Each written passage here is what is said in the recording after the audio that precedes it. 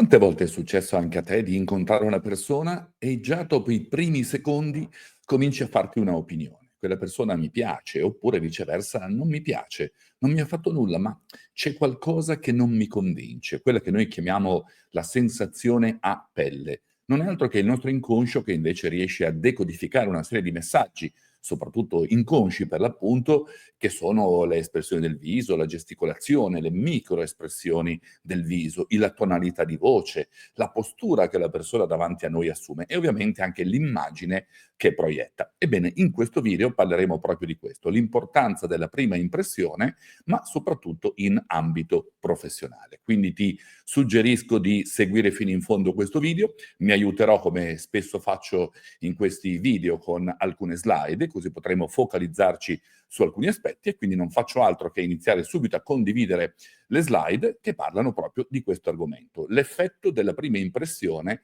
nella comunicazione professionale. Perché bastano pochi secondi a volte per decidere se possiamo o non possiamo fidarci di una persona. Ebbene, vedremo proprio insieme quali sono questi meccanismi che portano le persone a percepirci in un certo modo piuttosto che in un altro. Quindi questo video può aiutarci sia a noi per capire perché percepiamo le persone in un certo modo piuttosto che in un altro, ma soprattutto come porci in ambito professionale per fare una buona prima impressione. Quindi entriamo subito nel vivo e quindi cominciamo con le slide. E partiamo proprio da questo aspetto. Perché è fondamentale? Perché è un tema cruciale. Oggi, e come sempre lo è stato, ma soprattutto oggi che viviamo in un mondo in cui la comunicazione fa parte di ogni istante della nostra vita. Il 93% circa della comunicazione che noi trasmettiamo verso l'esterno avviene attraverso il non verbale e il paraverbale. Ovviamente una percentuale può essere il 90, l'89, il 94, dipende chiaramente dai contesti, ma non ci dobbiamo focalizzare sulla percentuale, ma sull'ordine di grandezza. Cioè quello che dobbiamo capire è che la stragrande maggioranza di ciò che le persone davanti a noi percepiscono di noi dipende dal nostro linguaggio del corpo e dalla comunicazione paraverbale, quindi come utilizziamo la voce. Gli esperti dicono che ci sono circa 7 secondi, che sono quel tempo medio in cui riusciamo a formarci un'idea, una opinione su qualcuno. E per un altro effetto psicologico chiamato l'effetto alone, la prima impressione, nella stragrande maggioranza dei casi, si trasforma poi in opinione o comunque in giudizio definitivo. Possiamo cambiare quella prima impressione? Certo, se abbiamo fatto una cattiva prima impressione possiamo ovviamente lavorare, però è molto dura, quindi tanto vale cercare di fare una buona prima impressione fin dai primi secondi. Il 60% circa delle decisioni, degli accordi professionali sono proprio influenzati dalla prima impressione. Ecco perché è davvero fondamentale riuscire a colpire nel segno fin dai primi secondi. Nel contesto business attuale ogni interazione conta, online, offline, che sia durante vendite, negoziazioni o colloqui, la prima impressione può determinare il nostro successo o insuccesso di quella negoziazione. Ma cosa influenza una prima impressione? Beh, gli elementi chiave che determinano il giudizio iniziale li andremo a vedere, vedremo come migliorarli quindi nella pratica, strategie concrete per ottimizzare il tuo impatto, gli errori da evitare, quindi i comportamenti che compromettono la nostra credibilità e quali sono gli strumenti per rafforzare l'impatto, quindi tecniche pratiche che potrai applicare fin da subito. Il cervello decide subito. Quello che viene chiamato l'effetto primacy. Il nostro cervello valuta le prime informazioni con maggiore peso rispetto alle successive. Tendiamo a ricordare ciò che abbiamo visto per primo. Ci accade anche quando entriamo in un locale, in un negozio, in un ristorante. L'impatto iniziale fa sì che influenzi tutta la nostra esperienza successiva. Questo fenomeno è particolarmente evidente nei colloqui di lavoro, ad esempio. I primi 30 secondi influenzano l'intero giudizio. Un esempio pratico: un manager incontra un nuovo fornitore.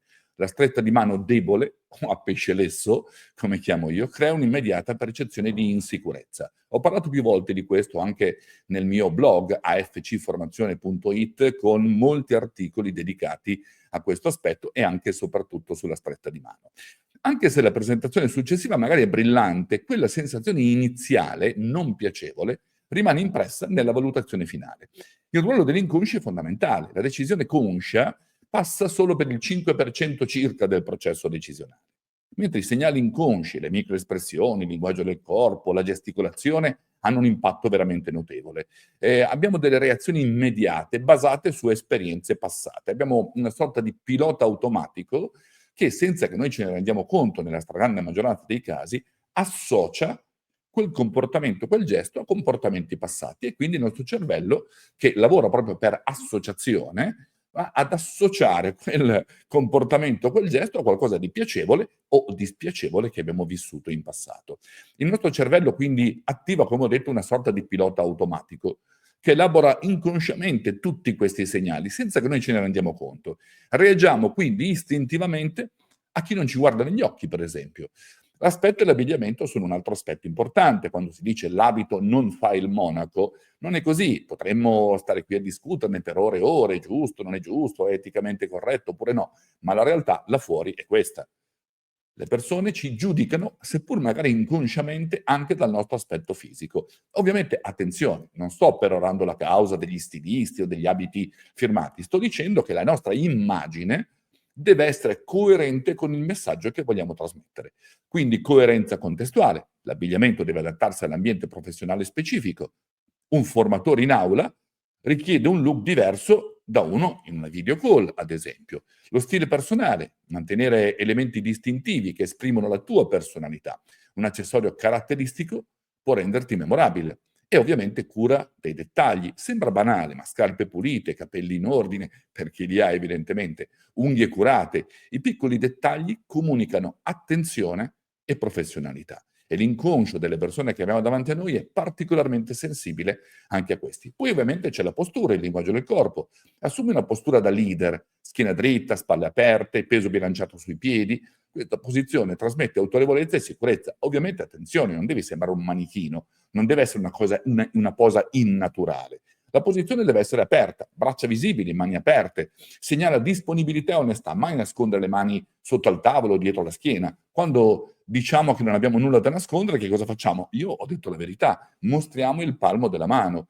Quindi mostrarci aperti con il palmo della mano ben in vista sicuramente trasmette onestà, fiducia, trasparenza. Fare l'opposto invece potrebbe destare dei sospetti nel nostro interlocutore. Quindi evita di incrociare le braccia, per esempio, durante gli incontri. Mirroring controllato, quello che viene chiamato il rispecchiamento. Quindi rispecchia sottilmente la postura dell'interlocutore. Cioè, che significa? Lo devo scimmiottare? Certo che no. Però se il mio interlocutore, ad esempio, assume certe posizioni, certe posture, noi in modo molto naturale, non ripeto a pappagallo mezzo secondo dopo, ma cerchiamo di assumere un atteggiamento anche a livello corporeo simile al nostro interlocutore. Il nostro interlocutore parla velocemente, cerchiamo di accelerare un po' il nostro modo di parlare. Parla più lentamente, viceversa, cerchiamo di rallentare. Si chiama rispecchiamento, lo facciamo naturalmente senza rendercene conto, anche quando incontriamo per esempio, che ne so, un bambino, tendiamo ad abbassarci un po' al suo livello, usare la vocina un po' così, ciao bel bambino, come stai? È il nostro inconscio che ci porta a fare questo rispecchiamento di cui si è parlato e approfondito molto nella programmazione neurolinguistica, ma fa parte della nostra quotidianità. Il sorriso deve essere autentico e ovviamente anche lo sguardo.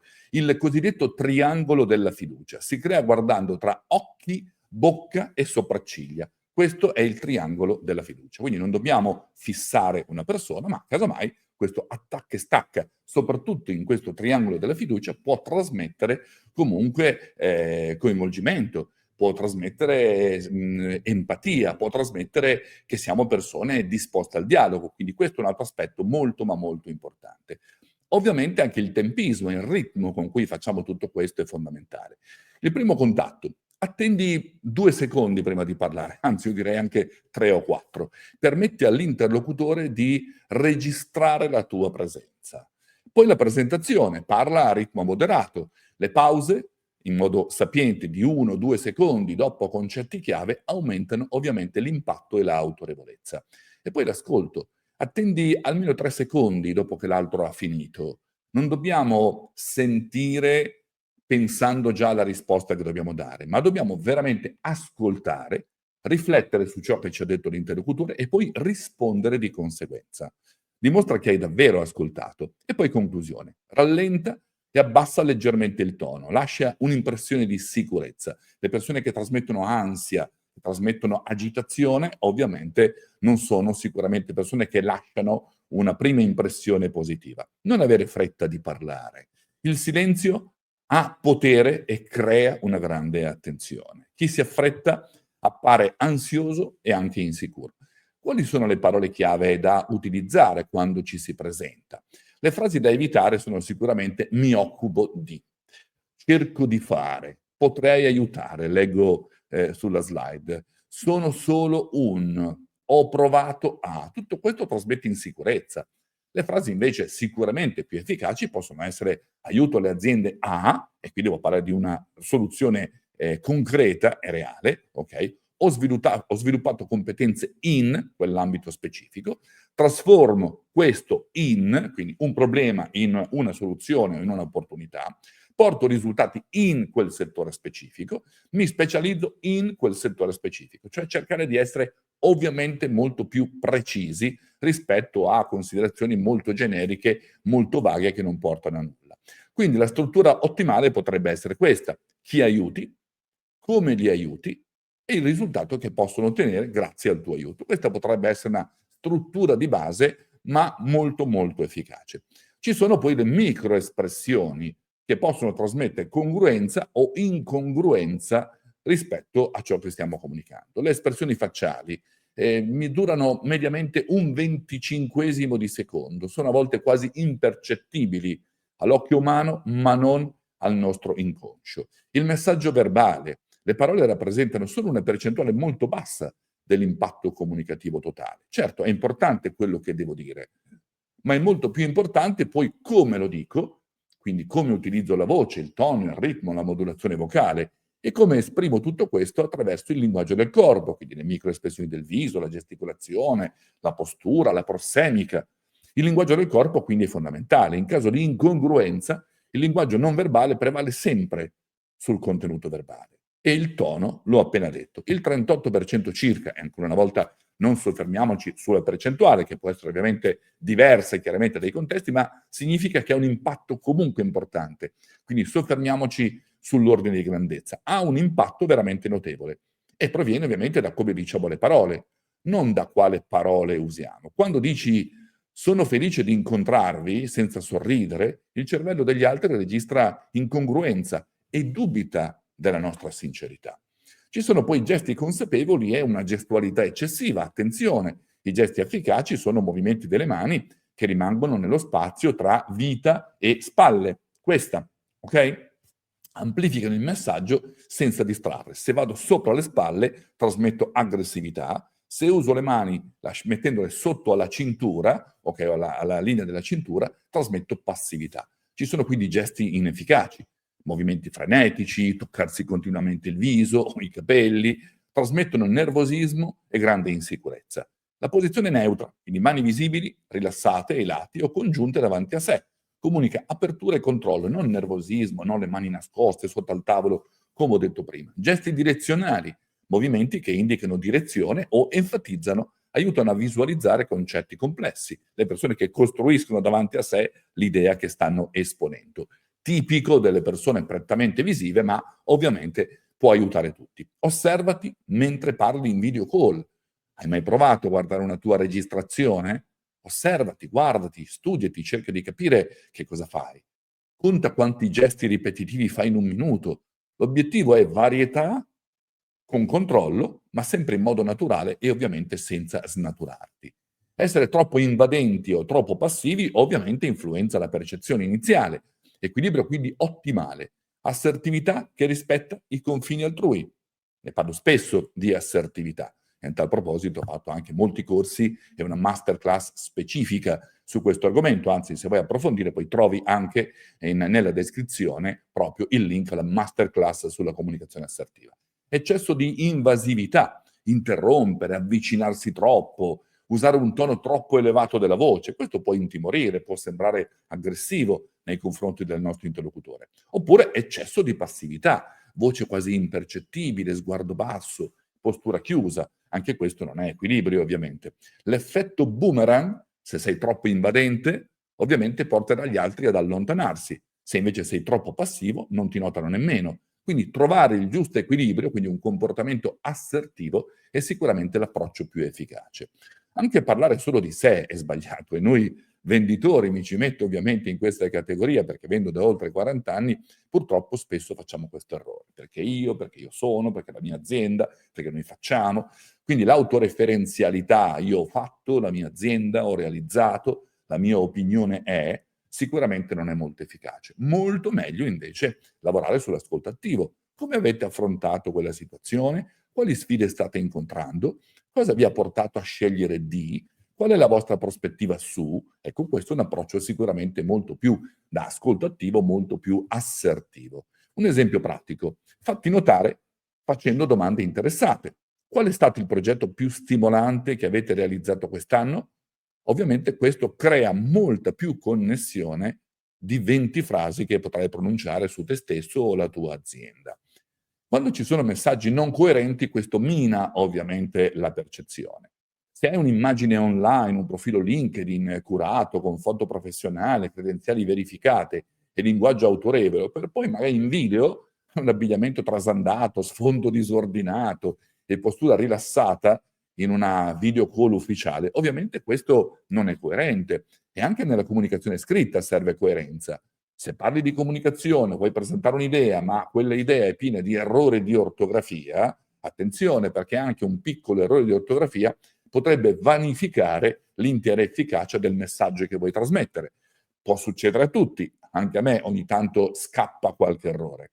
Però il messaggio che voglio dare è: fai attenzione, guardalo, ricontrollalo, rileggilo. Meno errori facciamo e meglio è. Se poi riuscissimo ad azzerarli sarebbe ovviamente l'ideale. Perché? Perché l'incoerenza genera sempre confusione e sfiducia. Allinea quindi tutti i tuoi canali di comunicazione, online, offline, i social, le email, tutto quanto, perché deve essere in linea con il tuo livello di professionalità. La coerenza genera fiducia.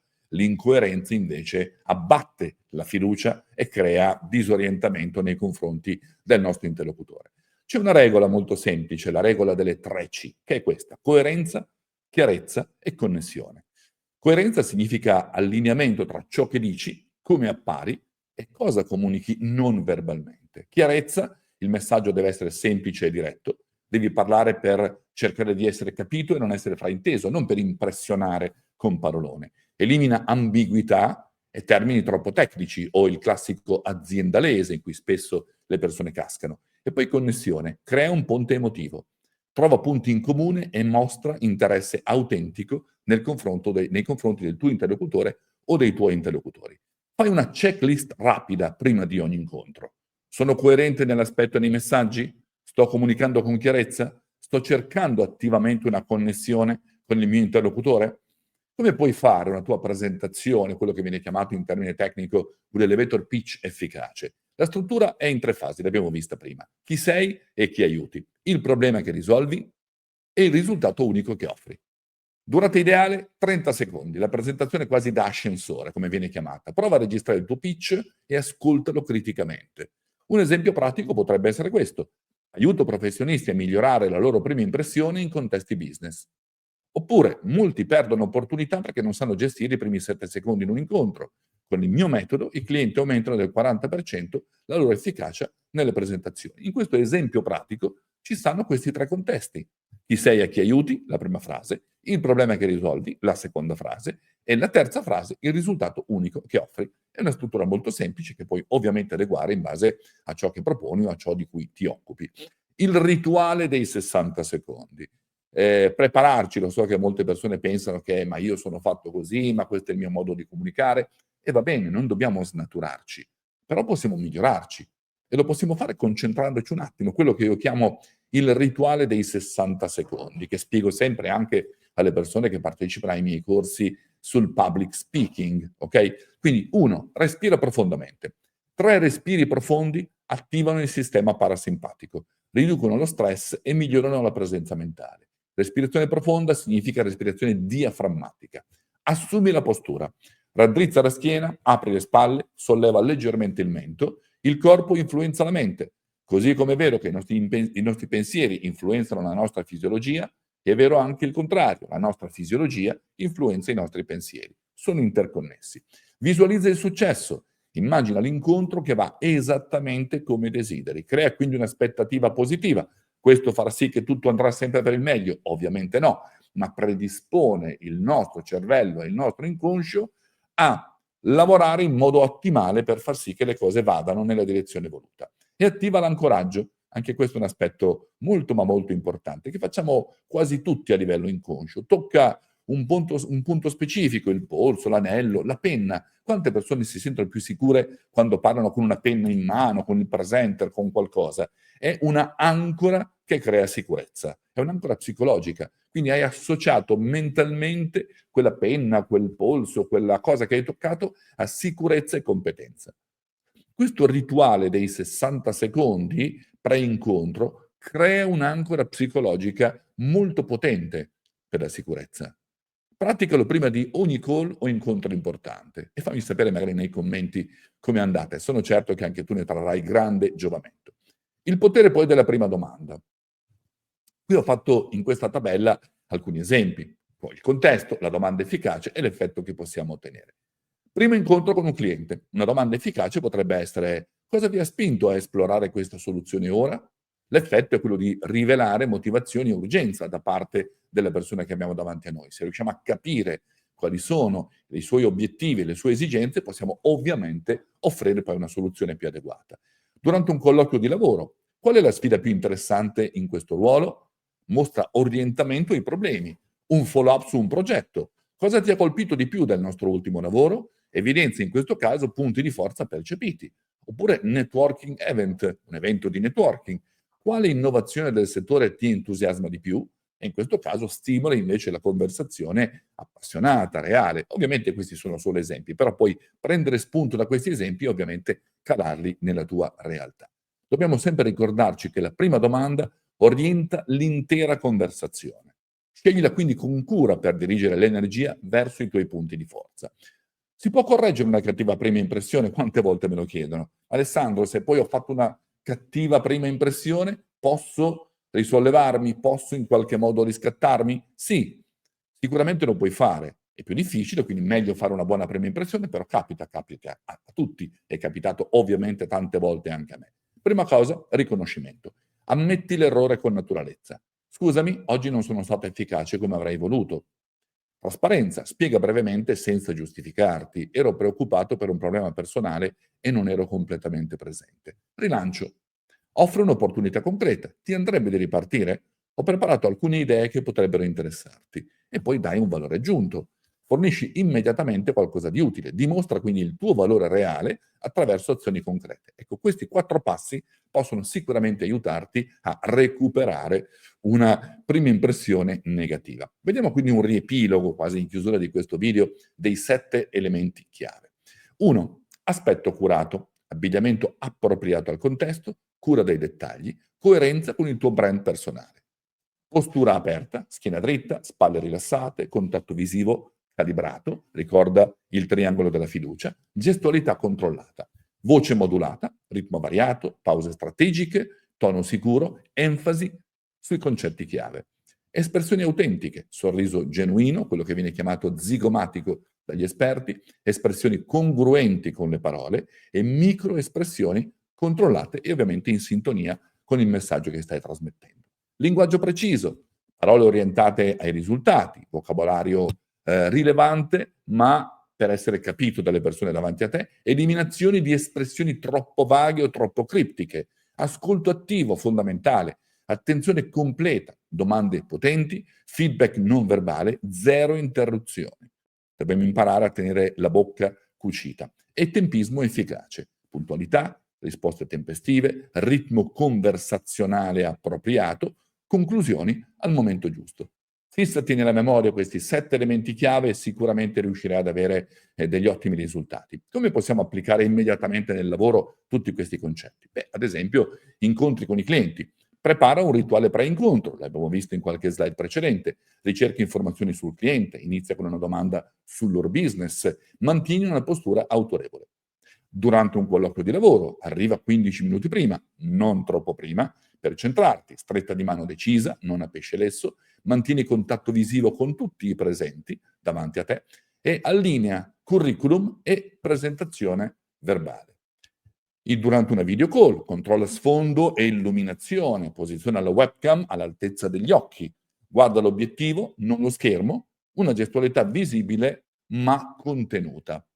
Durante le trattative, invece, studia la controparte in anticipo, inizia stabilendo punti in comune e osservi il linguaggio del corpo di chi hai di fronte. Mantieni calma anche sotto pressione. È proprio lì che si vede la tua preparazione. Quale prima impressione dai oggi? Cerchiamo di riassumere un po'. 3 punti di forza. Identifica i tuoi 3 maggiori punti di forza nella prima impressione. Questo è un piccolo esercizio che ti sto suggerendo di fare. 2 aree migliorabili, quindi riconosci 2 aspetti su cui puoi lavorare fin da subito per migliorarti. E un'azione immediata. Scegli un elemento da migliorare già dal prossimo incontro. Domandati: che prima impressione sto dando oggi quando mi presento? La consapevolezza è il primo passo per migliorare. La buona notizia? Beh, puoi sempre affinare e migliorare questa cruciale abilità professionale. Nessuno nasce imparato. Molti dicono: ma io sono fatto così, non posso farci nulla. Noi possiamo migliorare il nostro modo di comunicare. Qualcuno diceva: noi siamo ciò in cui ci esercitiamo, per cui più ci esercitiamo e maggiori sono le probabilità. Siamo alla fine di questo video. Se vuoi vedere altri video su questo argomento, ovviamente iscriviti al canale, metti un like anche a questo video, magari un tuo commento, una tua esperienza, mi farà molto piacere leggerla e rispondo a tutti.